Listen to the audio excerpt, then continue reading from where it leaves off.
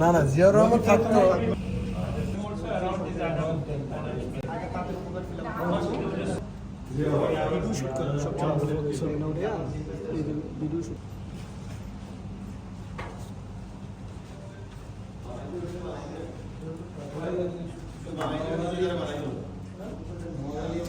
শ্রীলঙ্কার বিভিন্ন মূল্যবান ধাতু পদার্থ, স্টোন, স্বর্ণ টন্য, তাদের খনিজ পদার্থগুলো আমরা ভিডিও করতেছি।